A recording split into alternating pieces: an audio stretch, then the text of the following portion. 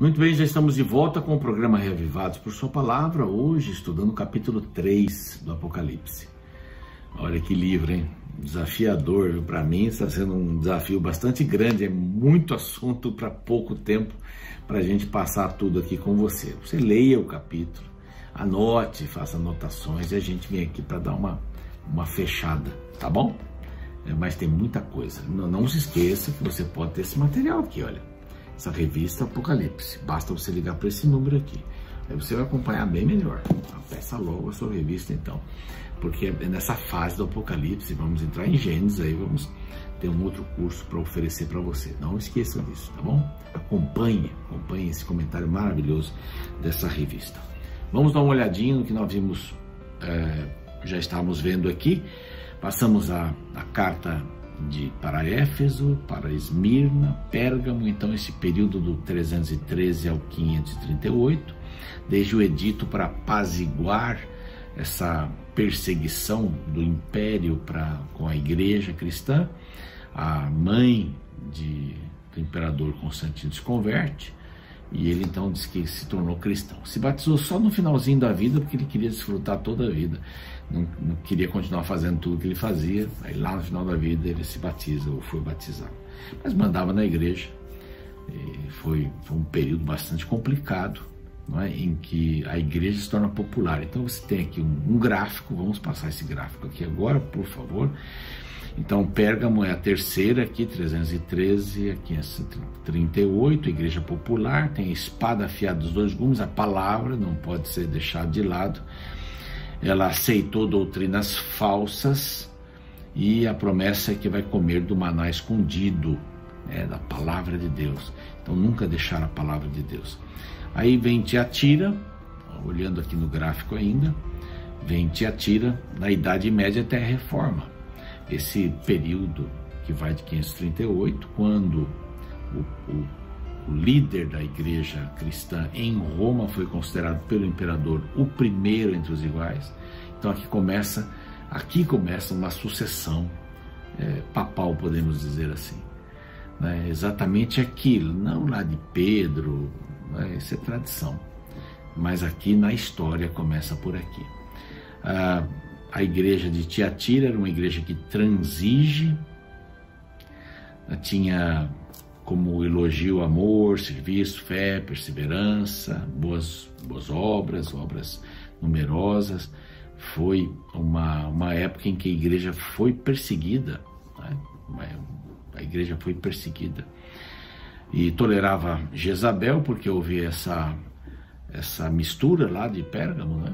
Das doutrinas, as falsas doutrinas, e aqui elas se acentuaram tremendamente. A própria igreja cristã perseguia os seus membros, né, que queriam permanecer firmes na palavra. Sardes, então, entramos aqui no capítulo 3. Sardes era uma cidade que ficava aí construída a 500 metros de altura, né, numa montanha. Era impenetrável do ponto de vista da guerra. Era considerada a cidade da morte. E é esse período que vai de 1517 a 1798, um período de muita perseguição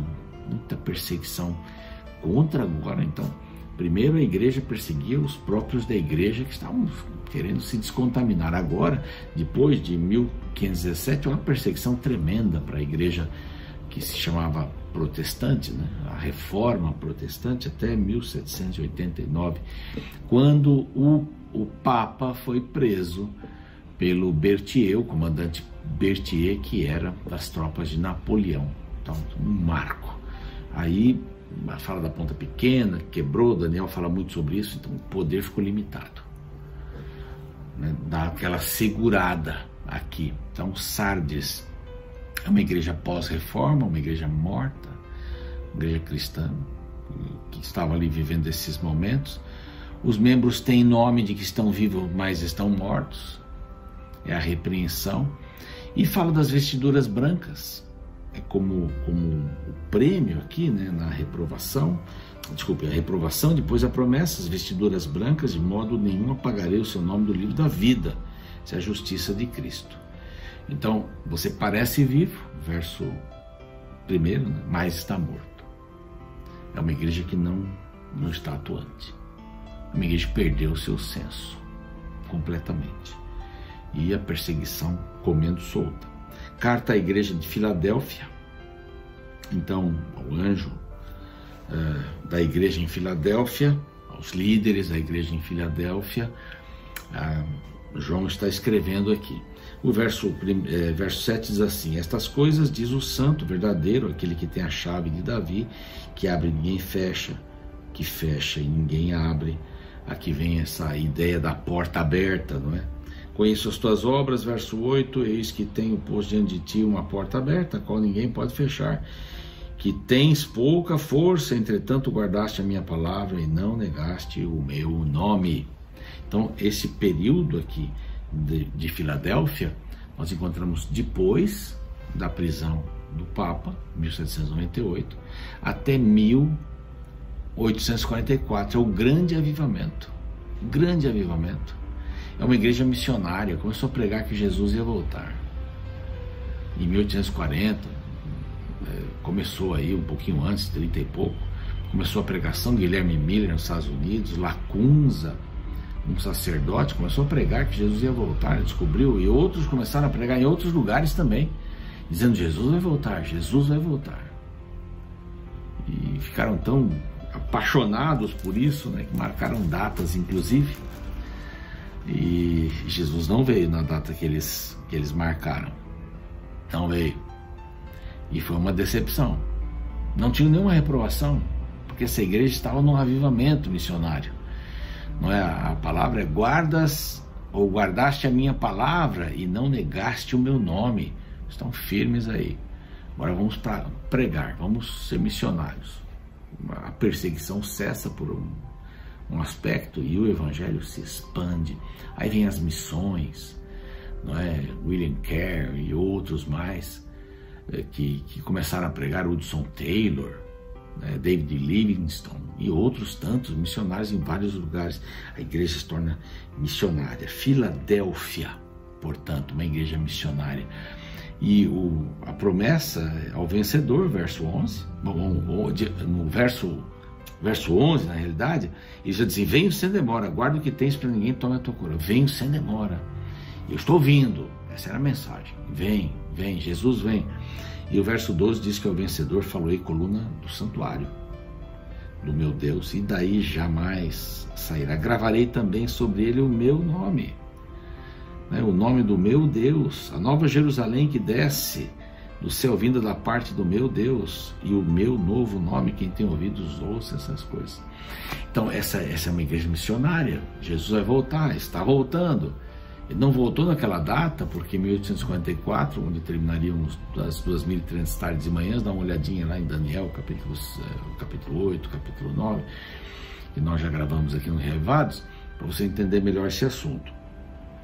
Então, era a visão de que, bom, Jesus vai voltar, se o santuário vai ser purificado, não era a terra, era o santuário celeste. Então Jesus passa do santo para o santíssimo, e começa um juízo investigativo, que é um juízo diferente, né? Um juízo pré-advento, digo melhor, antes do advento. E todos nós passaremos por esse momento, né? Os mortos já vão passar, e nós, os vivos, também passaremos em algum momento, né? Em algum momento, não é hoje, e primeiro todos os mortos passarão por esse juízo pré-advento, e próximo da volta de Jesus nós estaremos passando também. Então eu já ouvi alguns pregadores, deixa eu mudar um pouco de câmera aqui, mas ouvi alguns pregadores dizendo assim: olha, pode ser que seu nome esteja sendo passado hoje, o que você vai fazer? Isso é uma bobagem. Se meu nome está passando hoje, então o que? Deus está me predeterminando a ser salvo ou não? Não. Todas as coisas vão acontecer. Eu imagino que quando a porta da graça se fechar, essa porta que está aberta aqui, e a porta da graça se fechar aí, então todos os vivos serão julgados.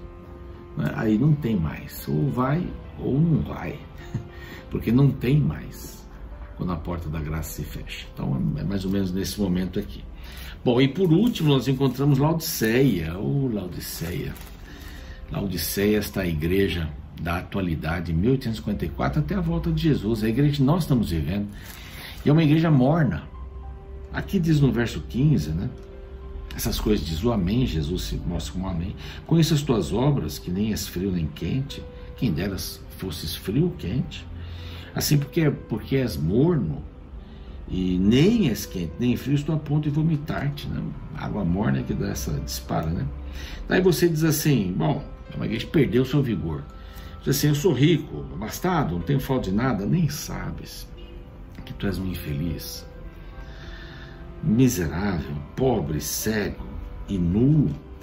Vocês perderam o vigor, vocês perderam os valores, vocês perderam as vestes, pureza, e perderam a visão. Por isso vocês têm que comprar ouro refinado.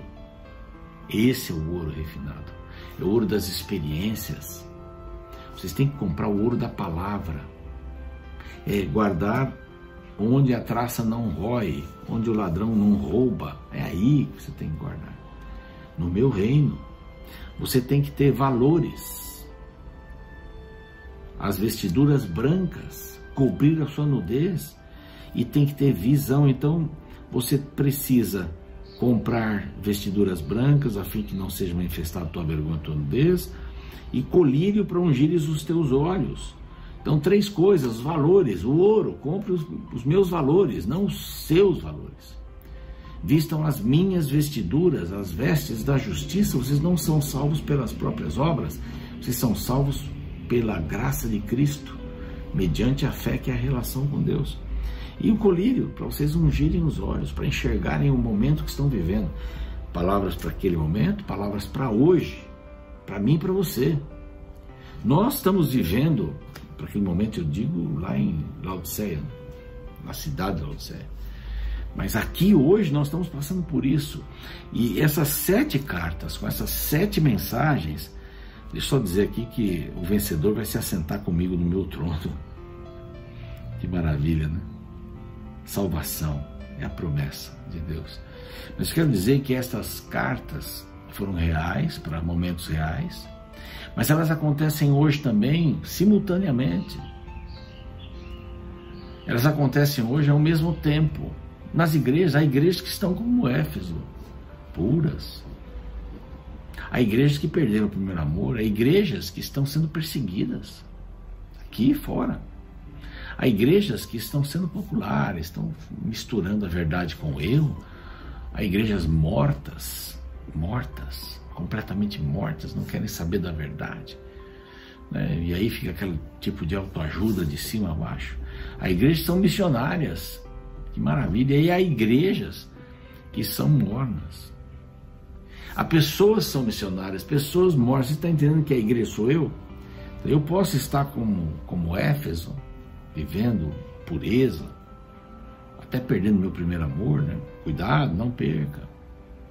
Eu posso estar sendo perseguido pessoalmente, na minha família, no meu trabalho. Ainda ontem alguém me disse, olha, eu recebi um cargo, mas eles me obrigam a fazer o que eu não quero fazer. Meus valores.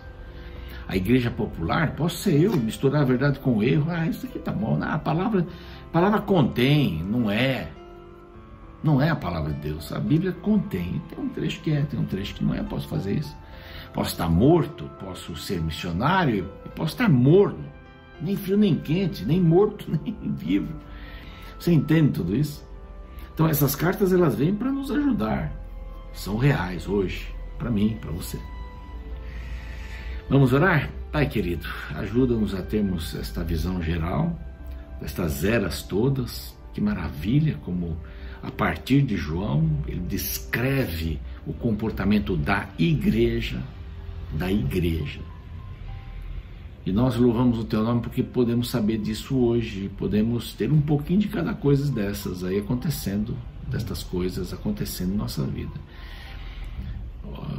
Que sejam as coisas boas, que seja a pureza, que seja o desejo missionário, o de estudar a tua palavra, mas não morno, nem morta, nem misturando-se com a vida, com a sociedade, com os princípios filosóficos desta era. Conserva-nos puros, Senhor, pessoas puras. Esperamos ouvir Jesus em breve nas nuvens dos céus.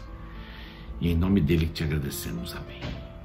Bom, você fica com a programação, eu fico por aqui. Amanhã nós vamos para o capítulo 4 do Apocalipse. Até lá.